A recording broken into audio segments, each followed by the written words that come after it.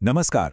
आज की इस क्लास में हम भारत की फार्मास्यूटिकल इंडस्ट्री के दो सबसे महत्वपूर्ण सरकारी रेगुलेटरी बॉडीज के रोल को समझेंगे। वो हैं central drug standards control organisation, जिसे हम CDSCO कहेंगे, और इंडियन फार्माकोपिया कमीशन यानी IPC। ये वो संस्थाएं हैं जो ये सुनिश्चित करती हैं कि हम तक पहुंचने वाली हर दवा सुरक्षित और असरदार हो। तो चलिए इस पूरे अध्याय को विस्तार से शुरू करते हैं। अच्छा, तो आज की क्लास में हम क्या क्या पढ़ने वाले हैं उसका एक रोड मैप देख लेते हैं। सबसे पहले सेक्शन 1 में हम समझेंगे रोल ऑफ रेगुलेटरी बॉडीज, यानी इन संस्थाओं की ज़रूरत ही क्यों है। फिर सेक्शन 2 में हम भारत की सेंट्रल अथॉरिटी CDSCO के बारे में जानेंगे। इसके बाद सेक्शन 3 में हम बात करेंगे IPC की, जो दवाइयों के लिए स्टैंडर्ड्स बनाती है। सेक्शन 4 में हम समझेंगे कि फार्माकोपिया क्या होता है, और आखिर में सेक्शन 5 में हम इंडियन फार्माकोपिया के पूरे इतिहास को देखेंगे। तो चलिए पहले सेक्शन से शुरू करते हैं, रोल ऑफ रेगुलेटरी बॉडीज। आखिर इन रेगुलेटरी एजेंसीज का मूल उद्देश्य क्या है? ये फार्मा सेक्टर में क्यों इतनी जरूरी हैं? आइए इसे समझते हैं। तो जैसा कि हम देख सकते हैं, रेगुलेटरी बॉडीज का रोल बहुत महत्वपूर्ण है। पहला पॉइंट है act as a guardian ensuring safety, efficacy and quality of drugs available to the public. इसका मतलब ये होता है कि ये एक अभिभावक की तरह काम करते हैं, जो ये सुनिश्चित करते हैं कि आम जनता तक पहुंचने वाली दवाइयां सुरक्षित हों, असरदार हों और उनकी क्वालिटी अच्छी हो। दूसरा point, identify strengths and weaknesses of drug regulation to propose improvement strategies, यानी कि ये ड्रग रेगुलेशन के सिस्टम में क्या मजबूतियां हैं और क्या कमजोरियां हैं, उनकी पहचान करते हैं ताकि उसे और बेहतर बनाने के तरीके सुझाए जा सकें। और तीसरा पॉइंट है vital role in ensuring regulatory implementation in non regulated parts of the world for the safety of people residing there. मतलब इनकी भूमिका सिर्फ अपने देश तक सीमित नहीं है, बल्कि दुनिया के उन हिस्सों में भी रेगुलेशन लागू करवाने में मदद करना है जहां ये सिस्टम मजबूत नहीं है, ताकि वहां के लोगों की भी सुरक्षा हो सके। अच्छा, अब इस टेबल को देखते हैं जिसमें दुनिया की कुछ मुख्य रेगुलेटरी एजेंसीज के नाम हैं। USA में है फूड एंड ड्रग एडमिनिस्ट्रेशन यानी FDA।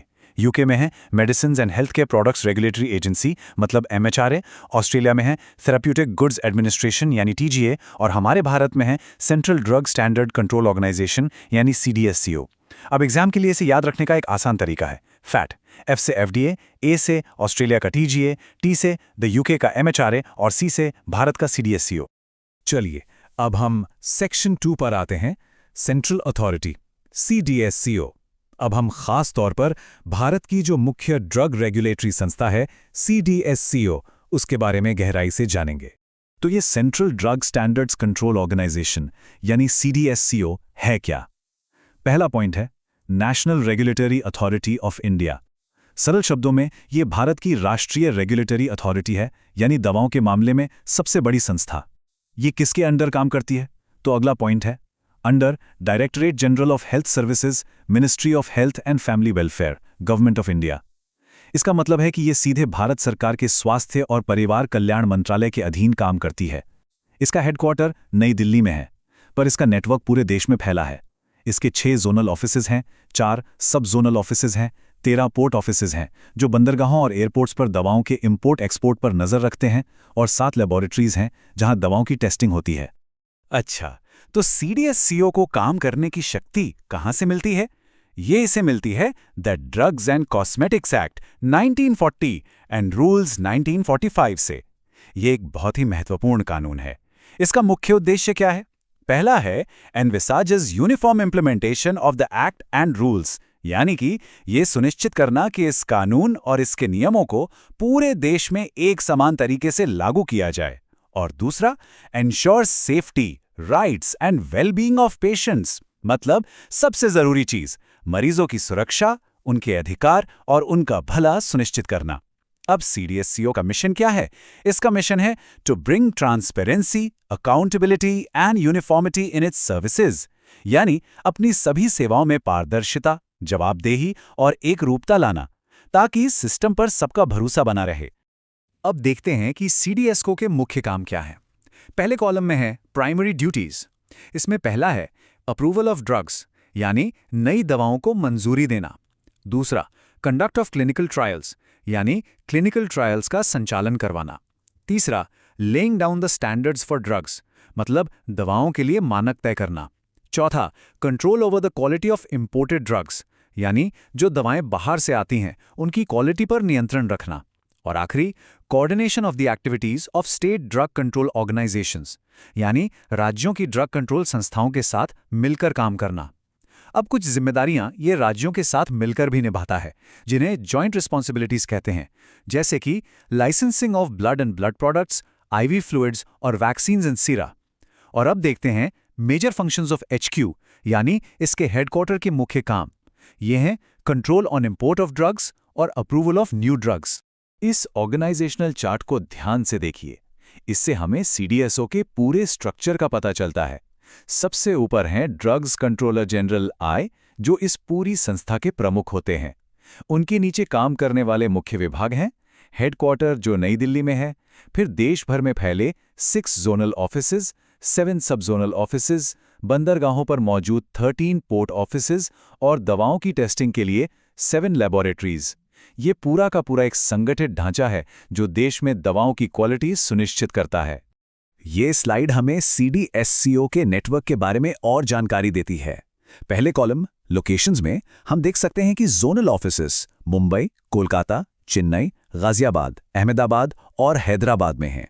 सब जोनल ऑफिसेस चंडीगढ़, जम्मू, बैंगलोर, इंदौर, गोवा, गुवाहाटी और वाराणसी में हैं। दूसरा कॉलम है पोर्ट्स एंड लैब्स। इसमें आप देख सकते हैं कि पोर्ट्स और एयरपोर्ट्स के ऑफिस मुंबई, कोलकाता, चेन्नई, कोचीन, दिल्ली, अहमदाबाद और हैदराबाद जैसे बड़े शहरों में हैं। और लैब्स भी चंडीगढ़, कोलकाता, मुंबई, चेन्नई, हैदराबाद और गुवाहाटी में स्थित हैं। तीसरे कॉलम की स्टाफ में अधिकारियों के पद दिए गए हैं, जैसे drugs controller general of India DCGI, deputy drugs controller DDC, assistant drugs controller ADC और ड्रग इंस्पेक्टर्स DI। ये सभी लोग मिलकर इस बड़े सिस्टम को चलाते हैं। चलिए अब हम सेक्शन 3 पर चलते हैं, स्टैंडर्ड सेटिंग बॉडी IPC। अगर CDSCO नियमों को लागू करने वाली संस्था है तो IPC वो संस्था है जो इन नियमों यानी स्टैंडर्ड्स को बनाती है। तो आइए इंडियन फार्माकोपिया कमीशन और उसकी भूमिका को समझते हैं। तो इंडियन फार्माकोपिया कमीशन यानी IPC क्या है? पहला पॉइंट है autonomous institution of the ministry of health and family welfare. इसका मतलब है कि यह स्वास्थ्य मंत्रालय के तहत एक स्वायत्त संस्था है। इसका मुख्य काम क्या है? Set standards for all drugs manufactured, sold and consumed in India, यानी भारत में बनने वाली, बिकने वाली और इस्तेमाल होने वाली सभी दवाओं के लिए मानक तय करना। इसकी सबसे महत्वपूर्ण पब्लिकेशन है इंडियन फार्माकोपिया, जिसे संक्षेप में IP कहते हैं। नीचे दी गई टाइमलाइन पर नजर डालें तो 1 दिसंबर 2010 को IP 2010 का छठा एडिशन रिलीज हुआ। 4 नवंबर 2013 को IP 2014 का 7वां एडिशन आया और 2018 में 8वां एडिशन प्रकाशित हुआ। यह दिखाता है कि ये स्टैंडर्ड्स समय समय पर अपडेट होते रहते हैं। अब IPC के मिशन और विजन को समझते हैं। इसका मिशन है to promote public and animal health in India by bringing out authoritative and officially accepted standards for quality of drugs including active pharmaceutical ingredients, excipients and dosage forms used by health professionals, patients and consumers. इसका मतलब है भारत में इंसानों और जानवरों दोनों के स्वास्थ्य को बेहतर बनाना। और ये कैसे होगा? दवाओं की क्वालिटी के लिए ऐसे स्टैंडर्ड्स बनाकर जिन पर सभी भरोसा कर सकें। और इसका विजन क्या है? To promote the highest standards of drugs for use in human and animals within practical limits of the technologies and educational resources available, यानी उपलब्ध टेक्नोलॉजी और संसाधनों के भीतर दवाओं के लिए उच्चतम मानकों को बढ़ावा देना। यहाँ IPC के 10 मुख्य उद्देश्य दिए गए हैं। एग्जाम के पॉइंट ऑफ व्यू से ये काफ़ी ज़रूरी है। चलिए एक एक करके देखते हैं। पहला, मोनोग्राफ को डेवलप करना और उन्हें समय समय पर अपडेट करना। मोनोग्राफ मतलब किसी दवा के बारे में पूरी जानकारी। दूसरा, हर्बल दवाओं के लिए भी मोनोग्राफ तैयार करना। तीसरा, ज़रूरी दवाओं को प्राथमिकता देना। चौथा, टेस्टिंग के नए और बेहतर तरीके विकसित करना। पांचवां, रेफरेंस सब्सटेंस तैयार और मेंटेन करना। छठा, दूसरे देशों की फार्माकोपिया के साथ तालमेल बिठाना। सातवां, हेल्थ केयर प्रोफेशनल्स को एजुकेट करना। आठवां, दवाओं से होने वाले बुरे असर यानी एडवर्स ड्रग रिएक्शंस पर नजर रखना। नौवां, राष्ट्रीय और अंतर्राष्ट्रीय संस्थाओं के साथ सहयोग करना। और 10वां, इंडियन फार्माकोपिया के इस्तेमाल को लेकर जागरूकता फैलाना।